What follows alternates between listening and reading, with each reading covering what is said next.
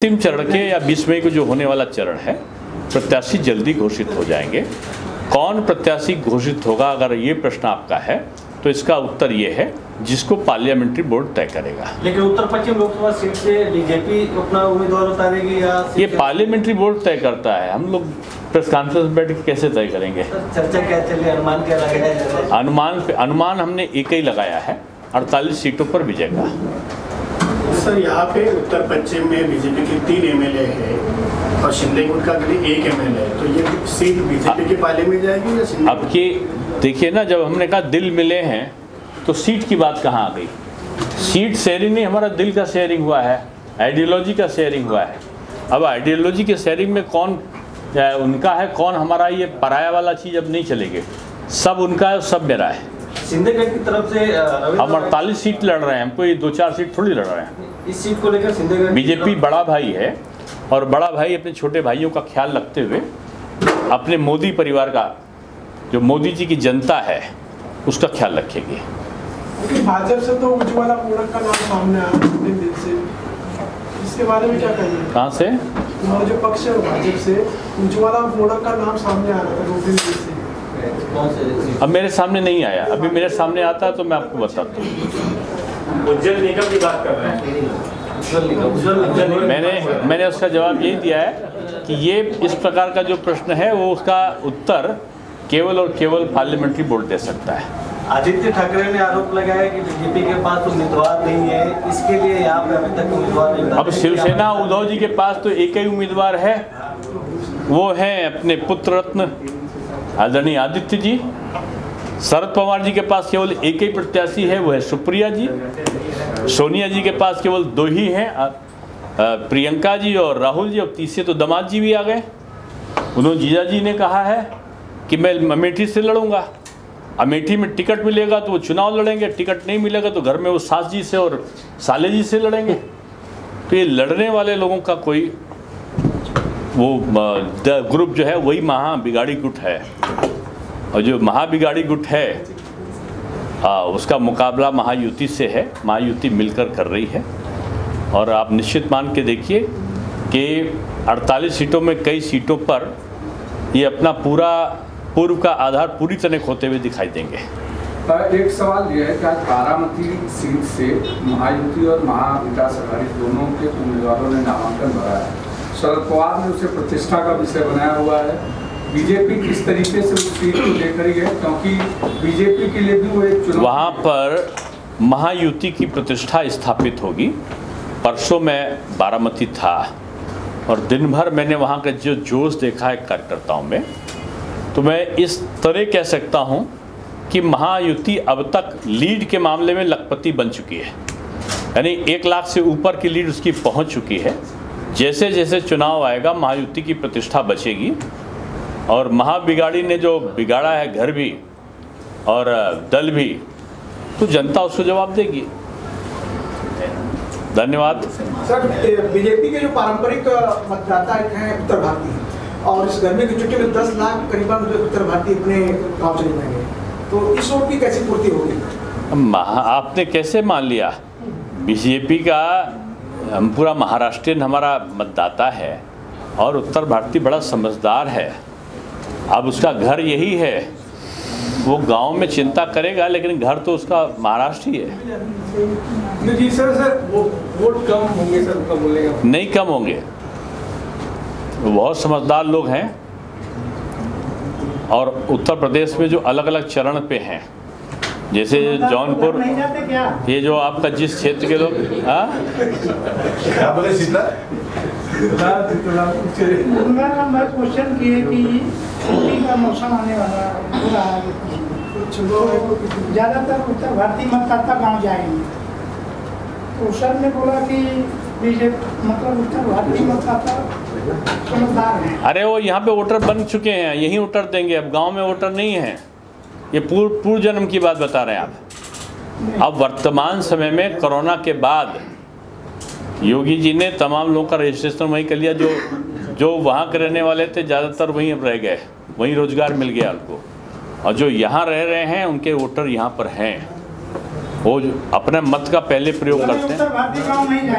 मतदान के समय यहीं रहेंगे? मतदान करके गांव जाएंगे। मतदान करके अच्छा। टिकट नहीं मिल रहा है। राज ठाकरे के बीजेपी में आने से उत्तर भारतीयों में नाराजगी ही कई जगह पे देखी गई है, क्या लगता है? नहीं, राज ठाकरे जी ने अपने मंतव्य को प्रकट किया है और उनकी पार्टी में भी अगर आप देखो तो उत्तर भारतीय विंग है और अगर आप एनालिसिस करो उन्होंने माननीय प्रधानमंत्री जी को जो समर्थन दिया है उसके पीछे उन्होंने कहा कि बाला साहब ने जिस तरह सनातन की और हिंदुत्व की और भारतीय संस्कृति और परंपराओं के रक्षण किया। हमारे बीच में उत्तर प्रदेश के पूर्व उप मुख्यमंत्री, राज्यसभा सांसद और लोकसभा चुनाव में महाराष्ट्र के प्रभारी डॉक्टर दिनेश शर्मा जी आज प्रेस वार्ता के लिए आपके बीच में हैं। मैं आप सभी का स्वागत करते हुए डॉक्टर दिनेश शर्मा जी से अनुरोध करूंगा कि वो प्रेस की शुरुआत करें। धन्यवाद। मैं कई दिनों से महाराष्ट्र के प्रवास पर हूँ और अभी तक 25 लोकसभा क्षेत्रों में की बैठकों में रहना हुआ है और पूरे भारत का जो परिदृश्य है उसका एक विशाल स्वरूप मुझे महाराष्ट्र में देखने को मिला है। महायुति के प्रत्याशी केजे की घोषित हो चुके हैं अधिकांश जगहों पर और कुछ सीटें रह गई हैं जिसमें जल्दी ही हमारे प्रत्याशी घोषित होने हैं।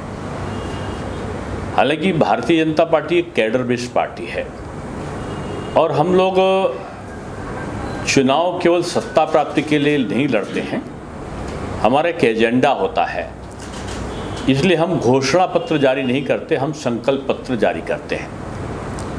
और पिछली लोकसभा के चुनाव में 19 में हमने संकल्प पत्र में श्री राम जन्मभूमि मंदिर का निर्माण के प्रति संकल्पित होना, ट्रिपल तलाक के बारे में, 370 के बारे में, CAA के बारे में इस बार भी हमने दिया है और जो संकल्प लिया था बीजेपी ने उसे पूरा किया है।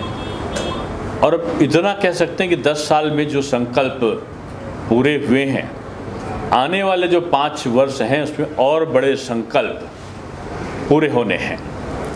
पार्टी ने सभी वृद्धों को जो 70 से ऊपर हैं आयुष्मान कार्ड के अंतर्गत लिया है, फ्री में बिजली मिल सके लोगों को, इसके लिए एक नई प्लानिंग, एक नए नियोजन के साथ पार्टी ने संकल्प लिया है। युवाओं को रोजगार के लिए विभिन्न तरीकों को, चाहे वो निवेश के द्वारा, चाहे मुद्रा लोन के माध्यम से, चाहे उनको विभिन्न प्रकार के जो कौशल विकास की ट्रेनिंग देकर, यानी रोजगार युक्त युवा हो और एक सशक्त महिला या नारी हो और किसान की आय दुगनी हो और इसके साथ साथ जो गरीबी है, 25 करोड़ लोगों को गरीबी की रेखा के ऊपर किया है और अब लक्ष्य है कि भारत से हम गरीबी को मिटा सके, केवल नारा न बने।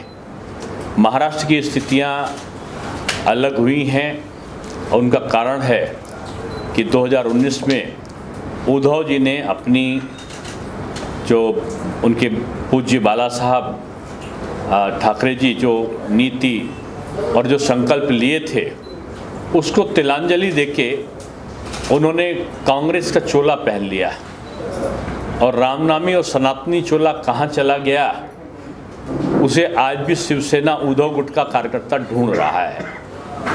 उनके सांसद सदस्य चले गए, उनके आमदार चले गए और अब उनका जो मूल कार्यकर्ता और मतदाता था वो आज बीजेपी के कार्यों के कारण, क्योंकि बीजेपी ने जो बाला साहब के साथ में मिलके, ठाकरे साहब के साथ में मिलके बीजेपी ने जो काम किया था, उन्हीं कामों को, उन्हीं नियतों को बीजेपी ने नहीं छोड़ा और उनको लेकर आगे चले।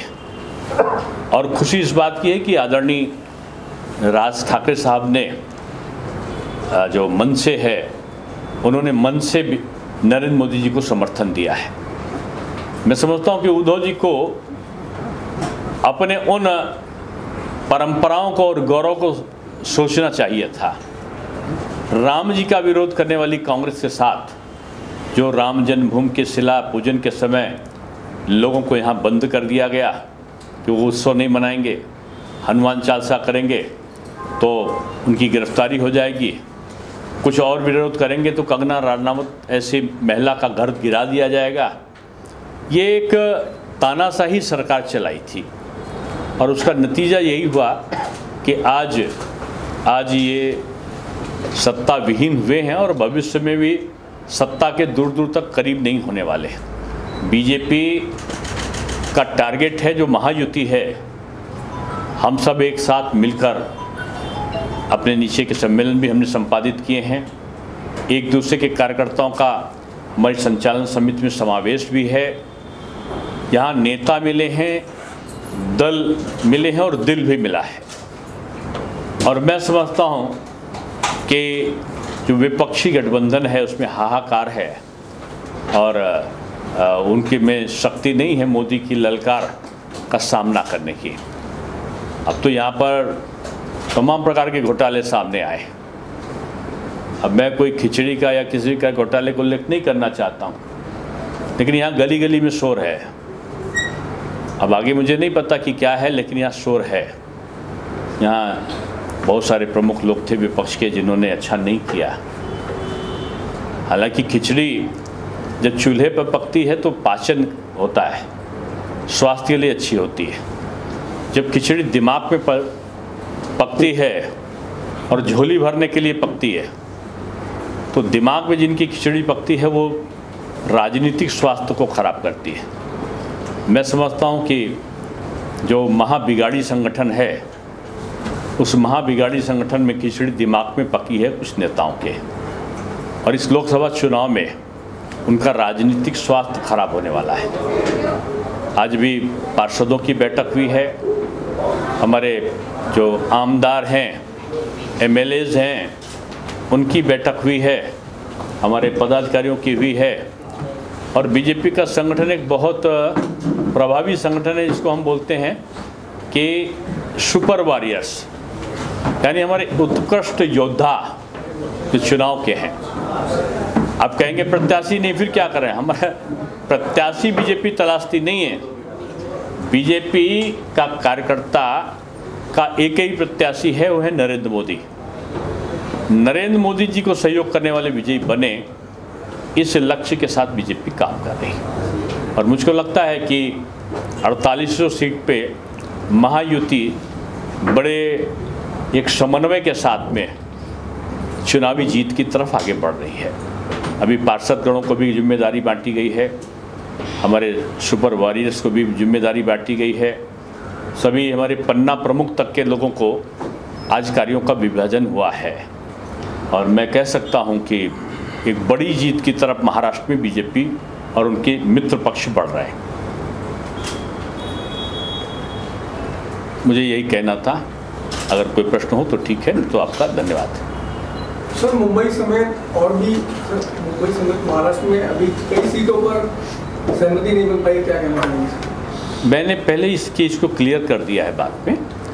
देखिए, बीजेपी में और उनके मित्र पक्ष में सीट की शेयरिंग नहीं, दिल की शेयरिंग भी है, आइडियोलॉजी की शेयरिंग भी है।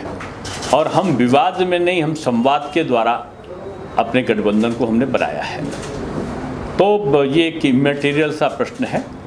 अब क्योंकि अभी तीसरे चौथे चरण, अभी पहले ही चरण कल होगा, तो भी जो बाद के चरण की कुछ सीटें हैं तो जल्दी उनका घोषणा होगा। आज देखिए, आज भी हुआ है 1-2 सीटों का। सर, यहाँ पे शिवसेना शिंदे गुट के रविंद्र वायकर का नाम चर्चा में है, जबकि किरीट सोमय्या ने इनके ऊपर कई सारे भ्रष्टाचार के आरोप किए थे। तो क्या बीजेपी रविंद्र वायकर अगर कैंडिडेट रहे तो समर्थन करेगी? देखिए, अभी प्रत्याशी को घोषित होने दीजिए, पहले मुर्गी आ जाए फिर अंडे को हम बात करेंगे। नहीं सर, उनके ऊपर आप भविष्य की चर्चा क्यों? हम वर्तमान की चर्चा करने के लिए बैठे हैं।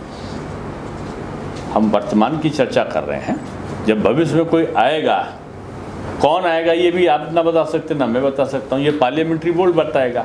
और पार्लियामेंट्री बोर्ड हम थोड़ी हैं। आने दीजिए, प्रत्याशी तय होने दीजिए, फिर आपके प्रश्न का जवाब दिया जाएगा। उत्तर पश्चिम के मतदार संघ में कब उम्मीदवार तय होगा? समय तो बहुत जा रहा है।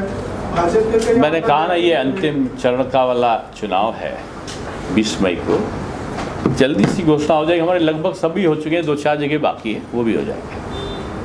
उत्तर भारतीयों का रुख अब तक कैसा रहा? आप कई जगहों पे दौरा किए, नागपुर और महाराष्ट्र वासियों का रुख भाजपा के पक्ष में है। भाजपा हमेशा से ये उत्तर भारतीय और मराठे में जो लोग बांटते हैं, जो महाराष्ट्र में लग रहा है वो वीर शिवा का मानने वाला है, तो इसलिए सभी बीजेपी के साथ हैं। उसमें गुजराती और उत्तर भारतीय और ये सब सभी शामिल है उसमें। मुंबई की और महाराष्ट्र की कई सीटें अभी भी, जिनका अभी तक नाम सामने नहीं आया, खास करके उत्तर पश्चिम जहां पर हैं, इस सीट से महायुति का उम्मीदवार कौन होगा? मैंने पहले भी आपको इसका उत्तर दिया है और मेरा उत्तर फिर से, इसीलिए बीजेपी सबको साथ लेके चलती कि सबके साथ अच्छा हो, किसी के साथ कोई गलत ना हो। और यहाँ पर वो लोग महाराष्ट्र का हित नहीं चाहते हैं जो उत्तर भारतीय और महाराष्ट्र के लोगों के बीच में दूरी पैदा करना चाहते हैं। जो महाराष्ट्र में रह रहा है वो वीर शिवा की संतान है, और छत्रपति महाराज शिवाजी महाराज की जो आन बान शान है वो महाराष्ट्र नहीं पूरे भारतवर्ष की है। इसलिए यहाँ का हर व्यक्ति उनको अपना आराध्य मानता है। अब तक आपकी इतनी सारी बढ़ावा जो बैठक हुई है, जितनी रिव्यू मीटिंग्स हुई अलग अलग प्रभागों में, उसमें अब तक क्या चीज़ें देखने को मिली है कि कितनी ये मंथन हुआ है, हमारा विचार मंथन हुआ है और मंथन में 48 सीटों की जीत का अमृत निकला है, और उसमें ये उत्तर पश्चिम जीत में तो अमृत बहुत ज़्यादा मिला है हमको। लेकिन पूनम महाजन का अमृत अभी मिलेगा उस सीट? आप नाम लेते हैं, हमारी पार्टी के वरिष्ठ लोग हैं और उनका पार्टी के प्रति और पार्टी का उनके प्रति एक पारिवारिक परिदृश्य में रिश्ता है। इसलिए बीजेपी में जैसे मैं उप मुख्यमंत्री था, 25 तारीख को मैं उप मुख्यमंत्री मार्च में नहीं रहा 2023 में। आप मेरा अगर उठा के ट्विटर वो देखिए, 26 तारीख से मेरे दौरे लग गए और मैंने पूरे प्रदेश नहीं पूरे भारतवर्ष में भ्रमण किया, कार्यक्रम लगाया, पार्टी के लिए काम किया, मोदी जी के लिए काम किया। दायित्व का परिवर्तन एक सहज प्रक्रिया भाजपा में होती है, किसको इसमें हटाने की प्रक्रिया नहीं होती है। इसमें एक व्यक्ति को किसी से पहले हमको राज्यसभा का सांसद बना दिया गया, उसके बाद आज जो पूरे राष्ट्रीय हमको संयोजक बना दिया गया, जो विस्तारक योजना थी लोकसभा चुनाव लड़ाने की, अब एक नया दायित्व दे दिया गया कि मैं महाराष्ट्र का चुनाव लड़ाने का प्रभारी बनूंगा। तो बीजेपी दायित्व परिवर्तन करती है, किसी को पद से मुक्त नहीं करती, पहली चीज़ है।